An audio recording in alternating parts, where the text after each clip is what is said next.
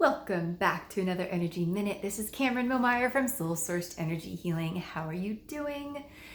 Today, we're talking about the aura. What is the aura? And why does it matter?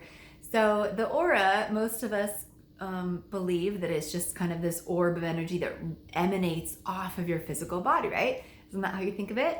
It's energy that emanates off your physical body. So I'm going to flip that around a little bit. It is actually the opposite. So your physical body that you can see, feel, and touch is actually the result of everything that happens in what's called your auric field. So the field of energy that surrounds you is actually the thing that comes first, and your physical body is a result of what happens in that field. So they've got special cameras now. I think they're called Kirlian cameras. And I was looking at some of the photos the other day. They're really cool. You can actually take a picture of someone's aura. And you can see like the way they showed up, or what I was looking at, it looks like these kind of blobs of energy or blobs of colored light around you. And it shows up in this sort of egg shape, orb shape around you. And that's usually how it's conceptualized, as an orb or an egg shape of energy that surrounds your physical body. And then the colors that show up will be representative of what you're thinking and feeling in the moment. Some of the colors stay steady and might be with you for your entire life. I was going to say, but what I want to tell you is this same camera that can kind of see the human energy field, they've used these cameras to look at embryos. And the study that I was reading about, they were looking at I'm pretty sure it was a frog embryo.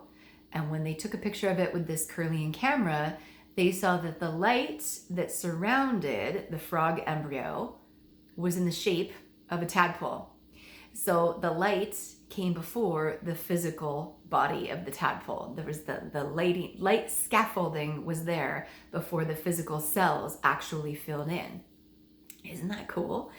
And so you can think of it, that's why if you imagine that the light comes first and then your physical body follows it, that's a really great way of understanding why, when you feel sad about something, let's say you have a feeling and you notice how it affects your body, or when you feel angry about something, you notice how it affects your body. Do you guys notice that? Like, you feel sad, what do you feel in your body? Usually your energy starts dropping, like you don't have as much energy, you feel a little bit saggy, you feel like slooping over, you might feel like going to sleep.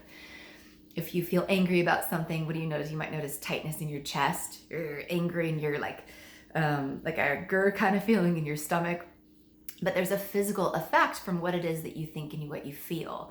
Isn't that interesting? So what you think and feel happens out here in your field first, as energy first, and then it begins to affect your physical body and begins to build and change your physical body in whatever, for better or for worse. So something to really be aware of. The auric field, the other thing about it that's really cool to know is that if we when we have equipment that is sensitive enough, we will see that our auric field is not the shape of an orb necessarily. It's not just like an egg around you.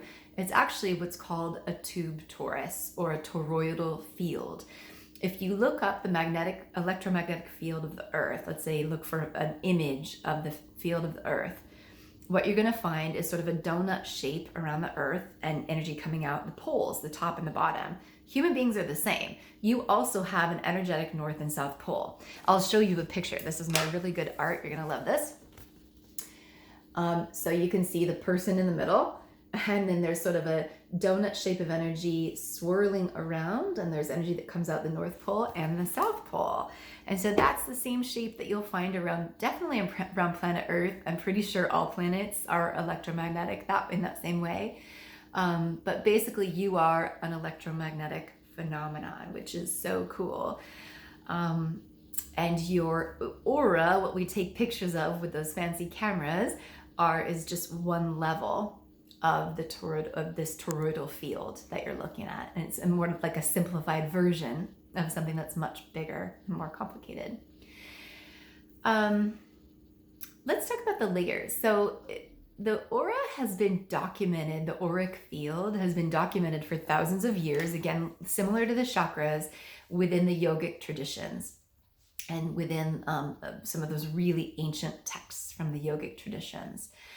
So like in the Vedas, your the first layer of your field is right in here, and it's sort of conceptualized as the layer of the field that has to do with the physical scaffolding of your body, with your physical health.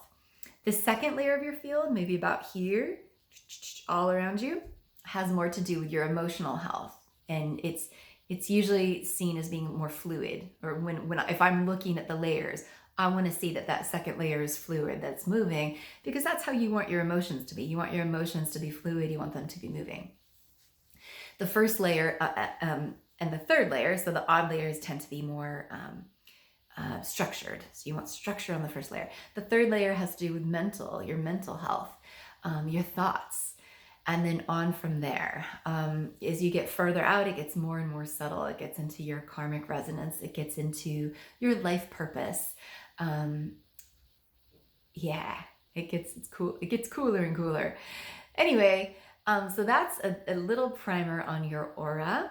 In general, when I'm working with people, I want to see that there's a really nice, strong boundary. Out around that fifth layer is usually what I'm looking at. And different healers will conceptualize this in different ways, and that's okay. But in general, we're looking for a nice, squishy boundary. I'm looking for something that will allow in what's good for you, but filter out what is not good for you. So sometimes I have definitely worked with clients who have been on the energy healing path for a long time and had actually constructed a boundary on that outer layer of the auric field that was so firm that nothing was coming in.